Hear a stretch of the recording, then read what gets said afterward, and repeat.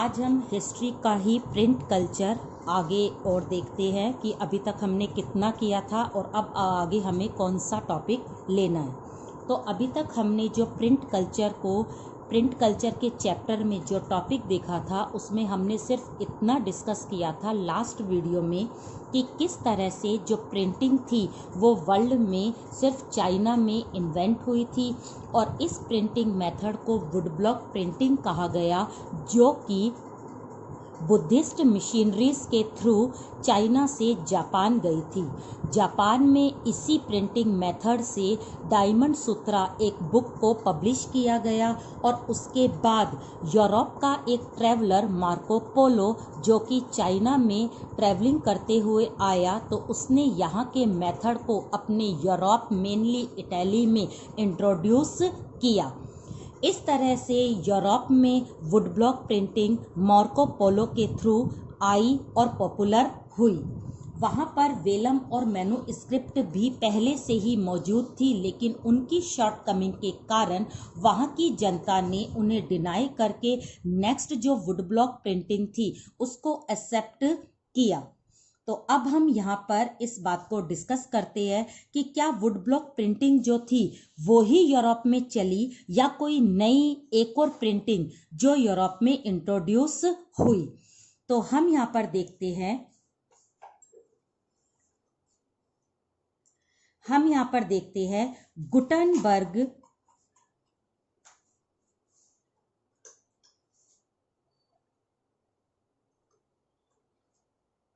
Gutenberg की printing press.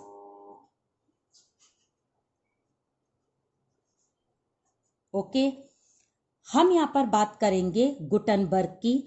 और Gutenberg, सबसे पहले हमें यहाँ पर इस बात को क्लियर करना है कि गुटनबर्ग जो थे वो यूरोप कॉन्टिनेंट से ही थे, लेकिन यूरोप में जर्मनी कंट्री से बिलोंग करते थे। जब मार्को पोलो यूरोप में वुड ब्लॉक प्रिंटिंग लेकर आए तो वो बहुत टाइम तक नहीं चली, क्योंकि उसी समय गुटनबर्ग ने 1430s में एक प्रिंटिंग प्रेस को ही इन्वेंट कर दिया था। अब ये प्रिंटिंग प्रेस कैसी थी, किस तरह से काम करती थी, क्या वर्कशॉप थी, इस बात को हम बाद में डिस्कस करते हुए पहले सिर्फ हम ध्यान रखेंगे कि गुटनबर्ग का जो बैकग्राउंड था, जो उनकी फीचर्स थी वो क्या थी। तो अगर हम इसको बैकग्राउंड को देखें या फिर हम उसकी फीचर्स कहें तो गुटनबर्ग जो थे वो रिच फैमिली से बिलोंग करते थे। रिच का मतलब जैसे इंडिया में जमींदार वगैरह रहते हैं जिनके पास में बहुत बड़ी बड़ी लैंड होती है, लैंड के ऑनर होते हैं, उनके घर में ही ऑयल को रिफाइंड करने की जो प्रेस या जो उनकी वहाँ पर मशीन काम करती थी, ये सारी चीज़ें गुटनबर्ग जो था वो बचपन से देखता था। तो वहाँ पर जब उसने अपने घर में ऑयल को रिफाइंड करने की मशीनों को देखा तो उसके दिमाग में अपने आप एक आइडिया जनरेट हुआ कि क्यों ना इस मशीन को ही प्रिंटिंग प्रेस बनाया जाए। अब वो शुरू से ही टैलेंटेड था, उसको हर चीज़ बड़े आराम से समझ में भी आती थी और वो प्रैक्टिकली भी कर लेता था। इसलिए उसने जल्द ही उस तेल निकालने वाली या तेल को रिफाइंड करने वाली मशीन को किसमें कन्वर्ट करा, प्रिंटिंग प्रेस में। प्रिंटिंग प्रेस में कन्वर्ट करने के बाद उसने जो एक मशीन बनाई, उस मशीन को बोला गया मूवेबल टाइपराइटर मशीन। अब ये मूवेबल टाइपराइटर मशीन क्यों थी? क्योंकि ये नीचे से मूव हो जाती थी। इसका जो प्लाटेन होता था, आपकी एनसीईआरटी में एक फिगर दे रखी है और उस फिगर में आपको ये सारी चीज बता रखी है कि गुटनबर्ग की जो प्रिंटिंग प्रेस थी वो किस तरह से काम करती थी। तो ये फिगर 6 में आपको ये बताया गया है कि इसकी जो प्रिंटिंग प्रेस थी, इसमें मेन जो इक्विपमेंट था वो था प्लाटेन। प्लाटेन के नीचे जो अल्फाबेट बनाए गए थे वो रोमन लैंग्वेज में थे, 26 कैरेक्टर थे और उन 26 कैरेक्टर को जैसे चाहे वैसे मूव किया जाता था। इसीलिए इस प्रिंटिंग प्रेस को मूवेबल टाइपराइटर मशीन कहा गया। तो गुटनबर्ग अपनी इच्छा से इस मशीन के इस प्लाटेन में जो भी वो अल्फाबेट थे उसको वो मूव करवा के अपनी तरह से प्रिंट करवाता था, या जो भी इस मशीन को हैंडल करता था वो इस तरह से काम कर सकता था। तो गुटनबर्ग ने इस प्रिंटिंग प्रोसेस से सबसे पहले जो एक बुक पब्लिश करी थी उसका नाम था बाइबल, और बाइबल की उसने 180 कॉपीज पब्लिश करी थी इसी प्रिंटिंग प्रेस से, और इसमें उसे टाइम लगा 3 साल का। तो 3 साल आज के समय में बहुत ज्यादा है, लेकिन उस समय वो बहुत कम था।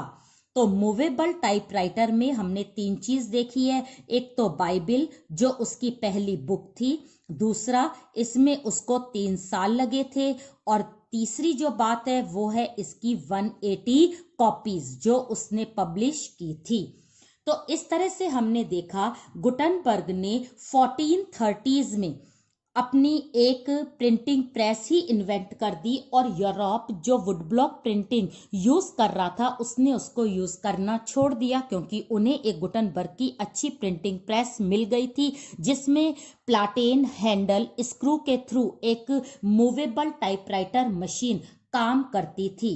अब बात ये आती है कि ये जो मशीन थी ये मशीन एक वर्कशॉप में रखी होती थी। इसके अलावा कौन कौन से डिपार्टमेंट थे जिसके थ्रू पूरी प्रिंटिंग की जाती थी। तो हम यहाँ पर बात करेंगे इस प्रिंटिंग प्रेस के वर्कशॉप की।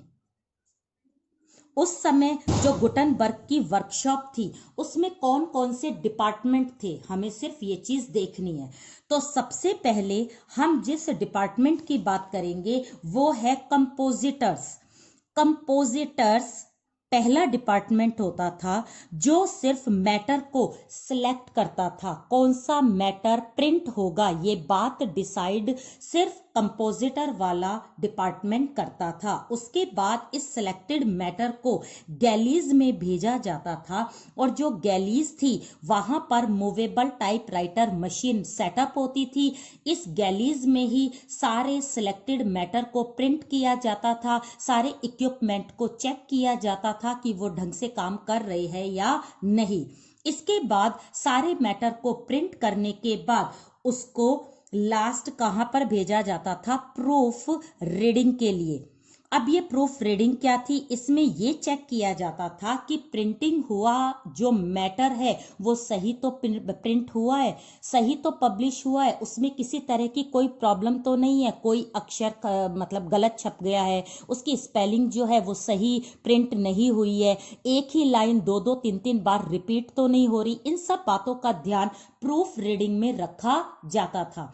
और लास्ट सारे पेज जो सिलेक्ट हो जाते थे प्रूफ रीडर में या प्रूफ रीडिंग में, जो बिल्कुल ऑब्जर्व होकर फिल्टर होकर आगे जाते थे, वो सारे पेज जो होते थे वो बाइंड हो जाते थे, उनकी बाइंडिंग की जाती थी। और इस तरह से एक प्रिंटिंग प्रेस में सारे डिपार्टमेंट मिलकर काम करते थे। तो इस तरह से गुटनबर्ग की प्रिंटिंग प्रेस ने यूरोप में एक रिवॉल्यूशन ला दिया था, क्योंकि इस प्रिंटिंग प्रेस को आगे 100 साल तक सारे यूरोप में सेटअप किया गया, और अगले 300 साल तक सिर्फ इसी प्रिंटिंग प्रेस से काम किया गया था। तो इसका मतलब है गुटनबर्ग की प्रिंटिंग प्रेस बहुत ज्यादा पॉपुलर हुई थी, क्योंकि लगातार किससे काम किया जा रहा है, इसी प्रिंटिंग प्रेस से। क्योंकि 100 साल में पूरे के पूरे यूरोप में इस प्रिंटिंग प्रेस को सेटअप किया गया, और अगले 300 साल सिर्फ और सिर्फ किसको यूज किया गया था, गुटनबर्ग की मूवेबल टाइपराइटर मशीन। और यही वर्कशॉप काम करती थी और उसी तरह से प्रिंटिंग की जाती थी। तो अब हम यहाँ पर नेक्स्ट जो टॉपिक है वो हम देखते हैं कि अगर गुटनबर्ग की प्रिंटिंग प्रेस इतनी पॉपुलर हुई और वो 300 साल तक काम करती रही तो उसके इम्पैक्ट जरूर हुए होंगे। ये इम्पैक्ट किस तरह से हुए, कहाँ कहाँ पर पड़े, ये हमें सही तरीके से थोरोली पढ़ना है। हम सेंचुरी वाइज इस इम्पैक्ट को पढ़ते हैं। सबसे पहले हम बात करते हैं 16th सेंचुरी की।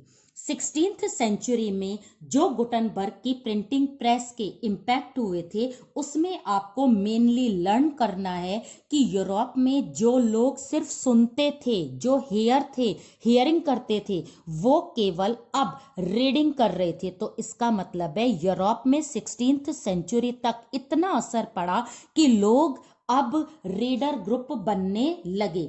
तो यहां पर हम इसको लिखेंगे रीडिंग पब्लिक। तो इसका मतलब है सिर्फ 16th सेंचुरी में ये एक रिफॉर्म आया, ये इम्पैक्ट पड़ा कि अब यूरोपियन पीपल रीडर हो गए थे। अब इसमें क्या क्या चीजें आएगी, इसमें बहुत ही नॉर्मल चीज है। एक तो बुक्स की जो कॉस्ट थी वो भी क्या हो गई थी, कम हो गई थी। इसके बाद टाइम और लेबर जो था वो भी क्या हो गया था, कम हो गया था, क्योंकि काम किससे हो रहा है, मशीन से हो रहा है। इसके बाद जितनी भी हियरिंग पीपल थी वो किस में कन्वर्ट हो गए थे, रीडिंग में।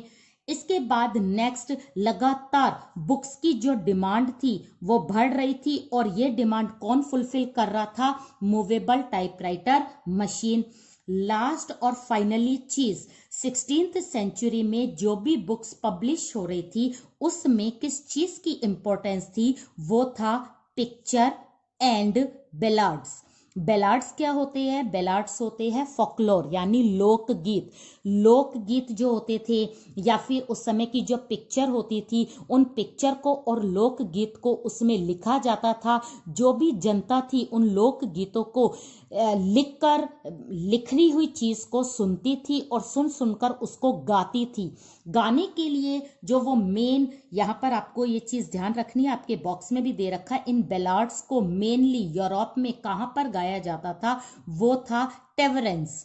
टेवरेंस उस समय के रेस्टोरेंट हुआ करते थे, क्लब, पब्स, जो भी है होटल्स वगैरह, वहां पर इन चीजों को गाया जाता था जो कि बुक्स में लिखा हुआ होता था। तो आपको यहां पर सिर्फ इतना लर्न करना है कि 16th सेंचुरी में गुटनबर्ग की प्रिंटिंग प्रेस का असर ये हो रहा है कि लोगों ने पढ़ना शुरू कर दिया। पढ़ने के लिए उन्हें पिक्चर दिखाई देने लगी। जो लोग नहीं पढ़ना जानते थे, पढ़ना लिखना इलिटरेट थे, वो पिक्चर के थ्रू पढ़ते थे। अगर उन्हें पढ़ना नहीं आता था तो लोग उन्हें गा गा कर गीत की तरह उन्हें रटवा देते थे। लोग जो थे वो सुनते कम थे, अब वो पढ़ते ज्यादा थे, इसलिए वो रीडर बन गए थे। टाइम लेबर कम लगने लगा था, बुक्स की कॉस्ट कम हो गई थी। जो डिमांड बढ़ रही थी लगातार, जिसको कि मैन्युस्क्रिप्ट पूरा नहीं कर पा रही थी और न ही वुड ब्लॉक प्रिंटिंग, वो अब कौन पूरा कर रहा था, वो मूवेबल टाइपराइटर मशीन से पब्लिश हुई बुक्स सारी डिमांड्स को फुलफिल कर रही थी। अब हम नेक्स्ट इंपैक्ट देखते हैं 17th एंड 18th सेंचुरी में। जो इंपैक्ट कहां पर पड़े थे, यूरोप में, ये है 16th का। अब 17th 18th सेंचुरी में बुक्स जो है लगातार आ रही है, लगातार यूरोप में हर तरह की बुक्स को स्पेस मिल रही है, लोग ज्यादा से ज्यादा बुक्स को पढ़ रहे हैं, हर ग्रुप में बुक्स को भेजा जा रहा है। बुक्स का इतना ज्यादा पॉपुलैरिटी होने के कारण उस समय की सारी जनता इतनी ज्यादा बुक्स की उनके अंदर फोबिया हो गया था कि उस टाइम पीरियड को क्या बोला गया, उस टाइम पीरियड को बोला गया रीडिंग मेनिया। यानी एक तरह का भूत, एक तरह का जुनून किनके अंदर सवार हो गया था, यूरोप की जनता में। उनको लगने लगा था कि हमें तो सिर्फ और सिर्फ पढ़ना है। तो यहाँ पर कुछ ऐसे काम भी किए गए जिससे कि अपने आप ही लोगों के अंदर ये मेनिया जो है वो इंक्रीज हो। तो वो कौन कौन से एफर्ट्स किए गए जिससे कि इस मेनिया को और ज्यादा इंक्रीज किया गया। सबसे पहले हम बात करेंगे डिनोमिनेशंस की। डिनोमिनेशंस का एक सिंपल मीन है स्कूल। चर्च के थ्रू स्कूल्स खोले गए हर स्ट्रीट में, हर गांव में, ताकि बच्चा जो है वो स्कूल जाने लगे। अगर वो स्कूल जाएगा तो उसकी क्यूरियोसिटी स्टडी में बढ़ेगी, और अगर वो पढ़ेगा तो उसको रिक्वायरमेंट किसकी होगी, बुक्स की होगी। उसके अंदर अपने आप ही एक अट्रैक्शन आएगा बुक्स की तरफ। तो स्कूल लगातार हर जगह पर, हर लेवल पर ओपन होने लगे, जिससे कि लोगों के अंदर मेनिया इंक्रीज होने लगा। दूसरी चीज, जितने भी बुक सेलर थे या शॉपकीपर थे वो पेडलर्स को अपॉइंट करने लगे। अब ये पेडलर्स कौन थे?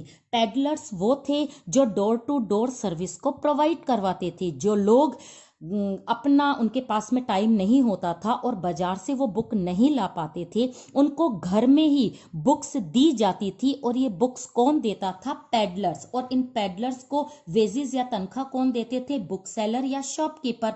तो बुक्स को बेचने का ये काम जब शुरू हुआ तो लोगों के अंदर मेनिया अपने आप क्या होने लगा? इंक्रीज होने लगा। तीसरा जो एफर्ट्स था वो था चैप बुक्स, और दूसरा था ब्लेलोथिक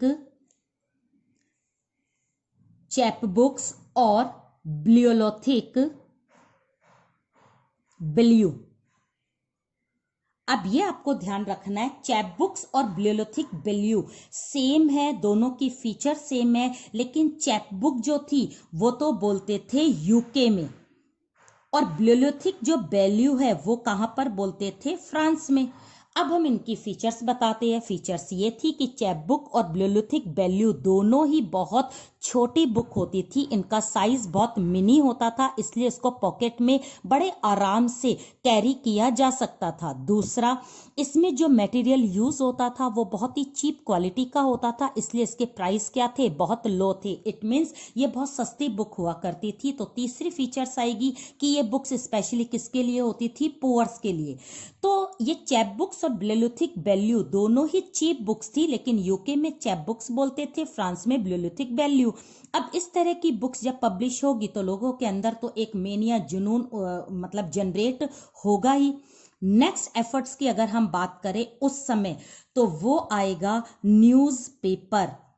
उस समय लगातार नए नए तरीके के न्यूज़पेपर पब्लिश होने लगे। न्यूज़पेपर में एंटरटेनमेंट की news, social news, political news लोगों को बहुत ज़्यादा एंटरटेन करती थी। वो लगातार चाहते थे कि हम न्यूज़ से बहुत चीज़ों को पढ़े और सुने।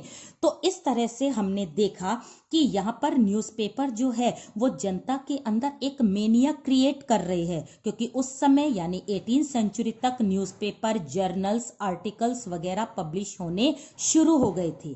अब हम लास्ट एफर्ट्स जो देखेंगे वो क्या है? वो है यहाँ पर role of scientist and thinkers. अब ये साइंटिस्ट और थिंकर्स आपने जरूर पढ़े हैं।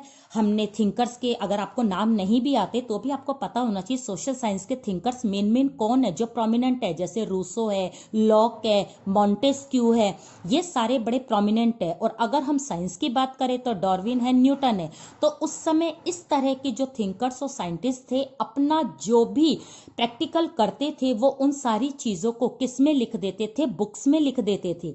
अब पर्टिकुलर किसी भी आदमी को किसी भी थिंकर्स की बुक्स को डीपली पढ़ना है तो वो सिर्फ उसी थिंकर या उसी साइंटिस्ट की बुक को परचेज करता था। तो इस तरह से 17th और 18th सेंचुरी में ये सारे एफर्ट्स होने शुरू हो गए, जिससे कि लोगों के अंदर एक मेनिया क्रिएट होने लगा, एक जुनून क्रिएट होने लगा कि मुझे तो सिर्फ क्या करना है? पढ़ना है, बुक्स को पढ़ना है। क्योंकि स्कूल खुल रहे हैं, पेडलर्स घर आ रहे हैं, साइंटिस्ट अपनी बुक्स अलग पब्लिश कर रहे हैं, थिंकर्स अलग कर रहे हैं, पुअर्स के लिए बुक्स पब्लिश हो रही है, न्यूज़पेपर आ रहे हैं। तो लोगों के अंदर क्यों नहीं होगा मेनिया? अपने आप ये मेनिया जनरेट होने लगा। नेक्स्ट हम सेंचुरी की बात करते हैं, वो है 19th सेंचुरी। अब देखते हैं 19th सेंचुरी में क्या हुआ है। 19th सेंचुरी में लर्न करने के लिए आपको ध्यान रखना है कि 19th सेंचुरी तक आते आते मूवेबल टाइपराइटर मशीन के द्वारा हर एक ग्रुप के लिए अलग अलग बुक्स जो थी वो प्रोवाइड होने लगी। अगर हम बात करें सबसे पहले चिल्ड्रन की, अगर हम बात करें उसके बाद विमेन की, और लास्ट में हम बात करें वर्कर्स की, तो तीनों के लिए अलग अलग तरीके की बुक्स जो है वो प्रोवाइड होने लगी थी, जिससे कि लोगों का क्राइटेरिया बुक को पढ़ने के लिए और बढ़ने लगा। सबसे पहले हम बात करते चिल्ड्रन की। तो यहां पर आपको ध्यान रखना है कि 1857 में एक चिल्ड्रन प्रेस सेटअप कर दी। अब ये चिल्ड्रन प्रेस क्या काम करती थी, बच्चों के लिए बुक्स को पब्लिश करती थी। बच्चों की बुक्स कैसी होती है, कॉमिक होती है, स्टोरीज होती है, राजा रानी की कहानियां होती है, या फिर कभी कुछ मिस्टिकल होता है उसके अंदर। तो ये सारी चीजें बच्चों को बहुत ज्यादा अट्रैक्ट करती थी। तो इस प्रेस से सिर्फ बच्चों के लिए ही बुक्स को पब्लिश किया जाता था। दूसरा जो रोल इसमें आपको याद रखना है वो है ग्रीम ब्रदर्स। ये ग्रीम ब्रदर्स कौन थे? ग्रीम ब्रदर्स जर्मनी के दो भाई थे, जिन्होंने कि जर्मनी के गांव गांव में जाकर काफी सारी कहानियों को कलेक्ट करा, स्टोरीज को कलेक्ट करा, और इन स्टोरीज को उन्होंने 1812 में अपने कलेक्शन को पब्लिश करा। लेकिन ये सारा कलेक्शन बच्चों के लिए था, इसलिए 19th सेंचुरी में इस तरह के काम बच्चों के लिए किए गए, चिल्ड्रन के लिए किए गए। तो 19th सेंचुरी इसीलिए पॉपुलर है क्योंकि हर एक ग्रुप के लिए अपनी अपनी चीजें प्रोवाइड हो रही है। अब हम विमेन की बात करें तो विमेन के लिए नई नई तरीके की पेनी मैगजीन शुरू हो गई। अब ये पेनी मैगजीन क्या थी, इसके अंदर हाउस होल्ड की चीज़ें, मेकअप की चीज़ें, या फिर जो रेसिपी होती है कुकिंग की, इन सारी चीज़ों की सारी इंफॉर्मेशन इस मैगजीन में दी जाती थी। और जिसको कि जो भी रिच वीमेन या पुअर भी वीमेन थी वो आराम से पढ़ती थी और इससे बेनिफिट लेती थी। अब इसी समय काफी विमेन ऐसी थी जिन्होंने कि नॉवल ही लिख डाली। अब यहाँ पर आपको 3 विमेन के नाम भी क्या करने हैं, लर्न करने हैं।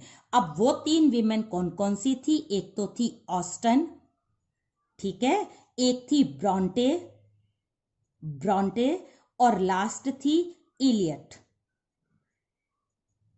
राइट।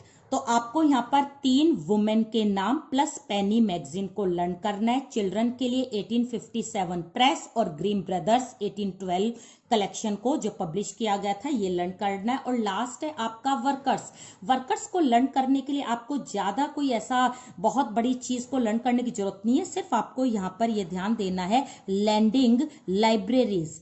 अब ये लैंडिंग लाइब्रेरीज क्या होती है? जहां पर किराया लिया जाता है, रेंट लिया जाता है बुक्स को पढ़ने के लिए। तो ये किराया और रेंट कौन लेता था? लाइब्रेरी वाले लोग लेते थे, लेकिन वर्कर्स के लिए किराया बहुत कम था। ये बहुत रात तक खुली रहती थी ताकि वर्कर्स काम करने के बाद इन लाइब्रेरीज में जाकर आराम से बैठकर अपनी बुक्स को रीड कर सके। तो इस तरह से हमने देखा कि गुटनबर्ग की प्रिंटिंग प्रेस ने तो एक रिवॉल्यूशन ही ला दिया। हर सेंचुरी में अलग अलग तरीके के प्रभाव पड़ रहे हैं। अगर हम 16th की बात करें तो रीडिंग पब्लिक हो रही है, अगर हम 18th सेंचुरी तक की बात करें तो मेनिया की बात हो रही है, अगर हम 19th सेंचुरी की बात करें तो यहाँ पर किसकी बात हो रही है? ऑल ग्रुप्स की बात हो रही है। तो यहाँ पर ऑल ग्रुप्स कौन कौन से हैं? चिल्ड्रन, विमेन और वर्कर्स, जिनको अपनी अपनी इंटरेस्ट की क्या मिल रही है? बुक्स मिल रही है। तो इस तरह से हमने देखा गुटनबर्ग की प्रिंटिंग प्रेस ने अगले 300 साल तक यूरोप में राज किया। अब हम कुछ चीज अलग से देखते हैं, वो 19th सेंचुरी से ही रिलेटेड है। तो हमें यहाँ पर ध्यान देना है कुछ इनोवेशन जो गुटनबर्ग की प्रिंटिंग प्रेस में 19th सेंचुरी में ही हुए थे।